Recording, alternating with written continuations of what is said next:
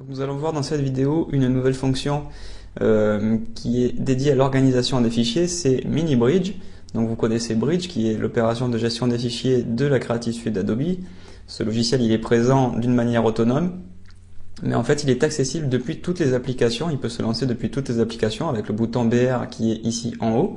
On a en fait une palette carrément maintenant qui s'appelle Mini Bridge et qui permet d'accéder, comme son nom l'indique, à un tout petit bridge dans une palette et qui permet de parcourir les fichiers d'une manière très simple. Donc par exemple, je prends un dossier et je regarde les photos qui sont à l'intérieur.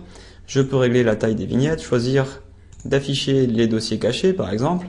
Je peux choisir de filtrer en fonction des métadonnées, en tout cas des données de notation. Si par exemple je ne veux voir que les fichiers qui ont été notés 4 étoiles, 1 étoile ou plus, etc., etc. Donc en fait, c'est de la puissance de Bridge dans une version un petit peu réduite pour pouvoir parcourir facilement des fichiers, en tout cas tous les fichiers supportés par la Creative Suite, par exemple le SWF ou les vidéos, ou bien encore des PSD, des AI, du Flash, du montage Premiere, etc., etc. Donc il y a vraiment plein d'options et ça permet en fait de ne pas avoir à ouvrir forcément Bridge en grand ou à switcher d'un logiciel à l'autre, mais si vous cliquez sur Bridge CS5, hop, vous avez quand même la fenêtre du logiciel principal qui peut rester accessible à tout moment, bien entendu.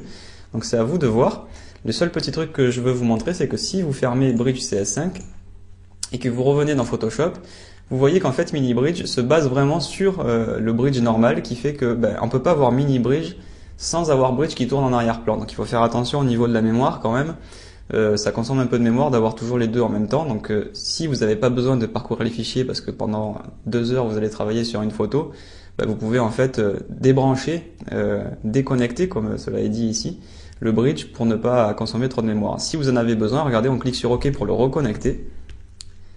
La palette s'affiche avec le mini bridge en attente de Bridge CS5 et voilà, ça y est, il est reparti. Donc bon, c'est quand même assez rapide.